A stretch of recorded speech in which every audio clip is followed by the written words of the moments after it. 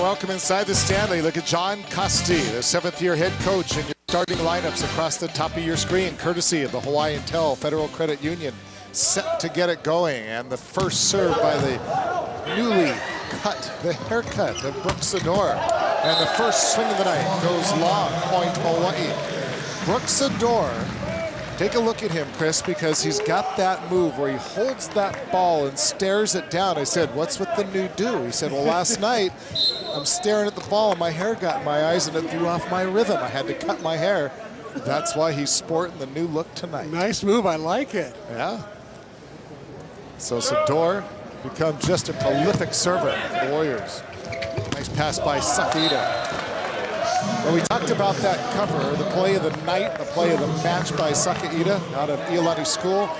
It was in that. It's a great story. It was in that set 3 when it went. What was the final set score of that? 33-31. Hawaii had 8 set points and couldn't put it away. And we'll continue the story. Taylor Averill out of the middle. Hawaii had great success with the middles last night, and that time a good swing. And once again, Brian Cook picking up where he left off. But anyway, Hawaii, on one of their set points, put up a great block. They were almost in celebration mode, and all of a sudden, Sakita Skuda came in and just out of nowhere made the dig to keep the ball alive. And of course, Stanford went on to win that match. On that point and that particular set. And the story continues in a moment. Good block by Joby Ramos, who gives up about 6 inches in that battle. Another block. And Hawaii, Siki Sarkovic with a block. Okay, so to finish the story, he came up, he made this great play. They were watching the video, the replay of our broadcast. He apologized to his coach later because he was supposed to be deep covering the back line. He was out of position and allowed him to get there. Coach said, no apology, you saved the match. But if it went over your head, you'd have been in trouble. Great story. We saw that first block go down. That's one area in which Hawaii, I thought, really performed well last night.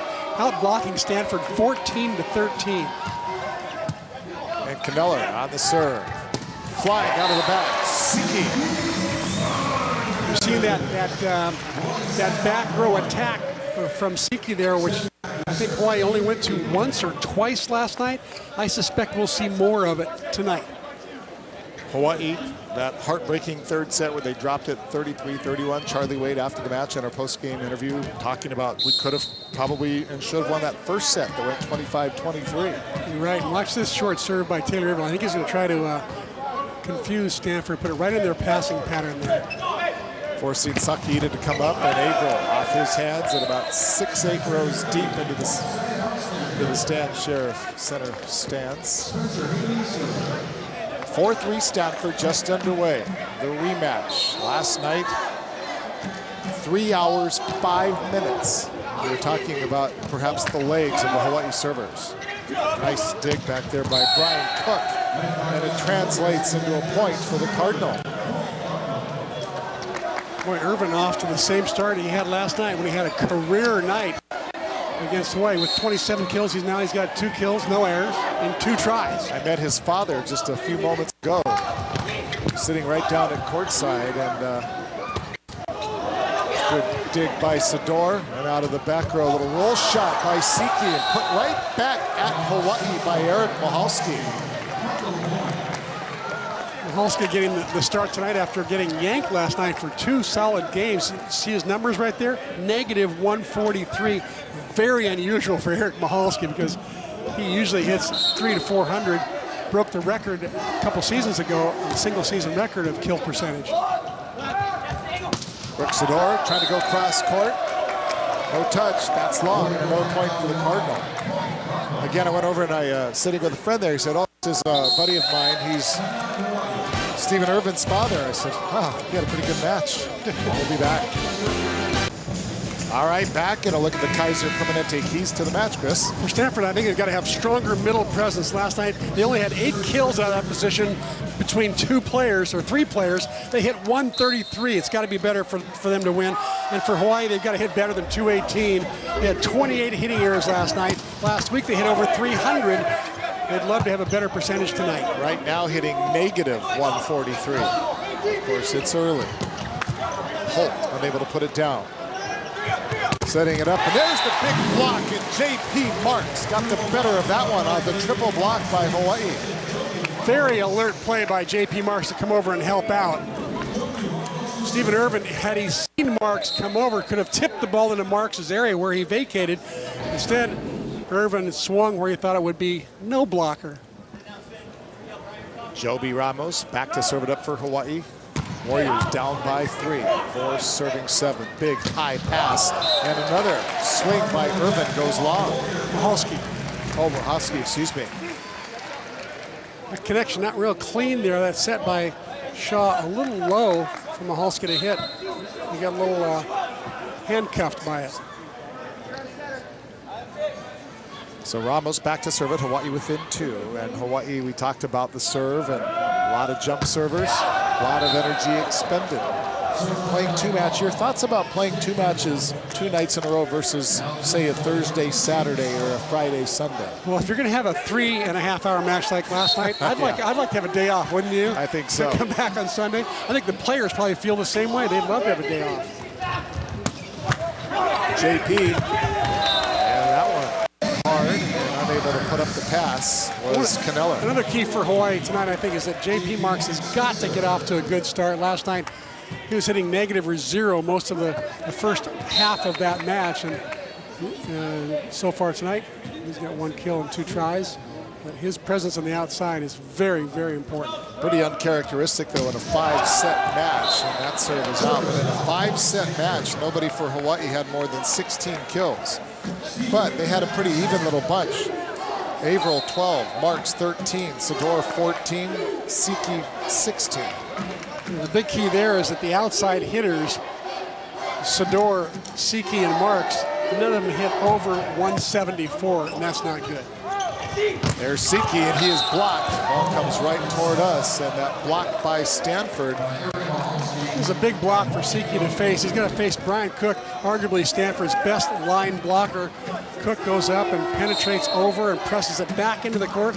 See how he gave that extra little push at the end?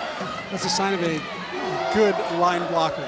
Hawaii had a good night blocking last night. Hawaii with a total of 23 blocked to 19 by Stanford. Overpass, and Ramos went up there and interfered with that ball over the net. And so point Stanford. Biggest lead already at 5. Ramos goes up, gets his hand over the net. Illegal. He cannot get his hand into the other team's zone. As soon as he breaks that plane, it's a violation. Good pass by Hawaii. Sador dug up back there by Irvin. And the Hawaii block.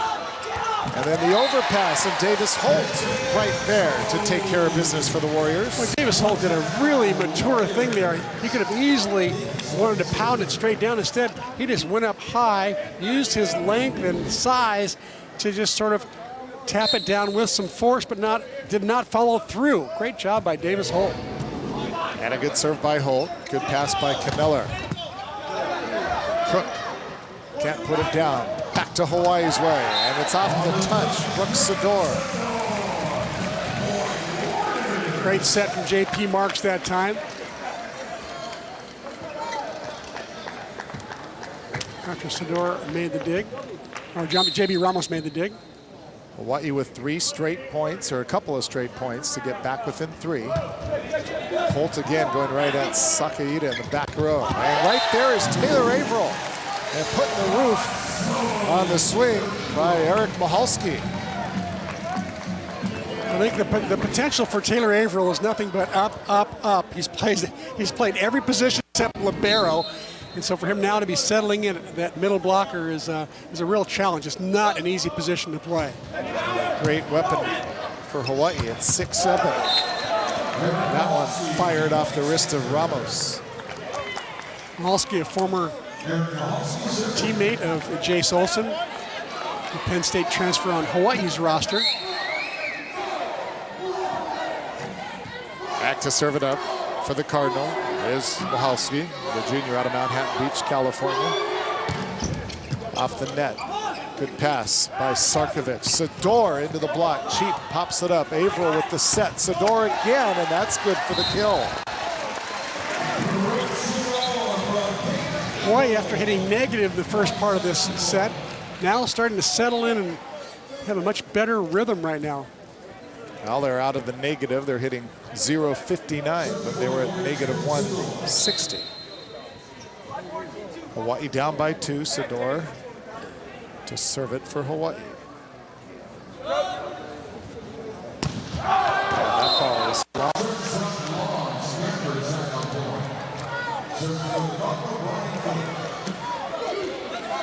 Last night serving Hawaii with 9 aces, 12 service errors. Stanford 5 aces, 14 service errors. Again, they set the middle. Averill, kind of a tough luck break for Hawaii. He hits it off the top of the cable. It rolls along the cable just long enough for it to slide over and out. And already Hawaii with 4 service errors. We're only not even to the halfway point in this first set. And Joby Ramos seeing something that he doesn't like and having a conversation with the up referee who conferred with the down ref and whatever the case is. I think they're talking about the screening. Last night there's some intentional screening going on, allegedly, by Stanford. Siki, there's a booming swing by Sarkovic.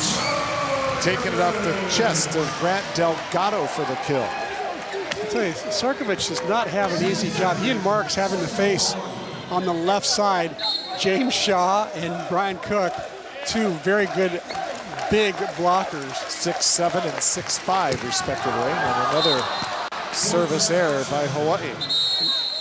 And so at 15, we'll take a timeout. Stanford leads it by 4. All right, back a look at Charlie Wade, and time to check out the series record sponsored by Aston Hotels and Resorts. Hawaii, despite last night's 5-set loss, still leads the all-time series, but that margin getting very slim, 36-34. And Stephen Irvin last night, what can you say? That guy was just pretty much a one-man wrecking crew out there. 27 kills, hit for 548 on the night.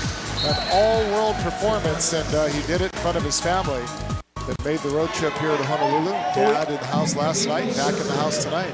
Dad, Chris, and Mom, Ann, both in the house. How about only 4 hitting errors in 42 swings? That's pretty amazing. It is pretty amazing. Averill put a little bit more juice on that one. And Cook, not a hard swing.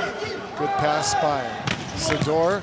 Sakida digs that one up. Hawaii with a free ball going to the middle, and it's Davis Holt.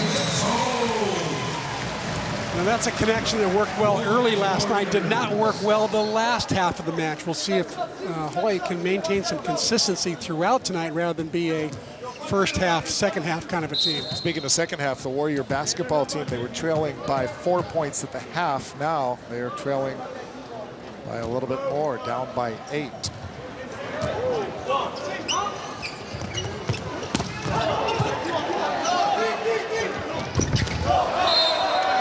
Ball kind of on the top of the net, and a tight set, and a hard ball to get for Holt, and a point for the Cardinals. 16-13 now, Stanford. And a look there at Spencer Haley. Haley back to serve. Ramos setting up Sador. Sador hammers it right at Caneller with the nice dig. Sador goes down to keep that one alive, and then Marks gets blocked, and the big smile on the face of Eric Michalski. Michalski also an excellent blocker. He's put up great numbers every single year he's been at Stanford. The Miracosta product just hits for high percentages, and he's number 7 on the total block list all the time.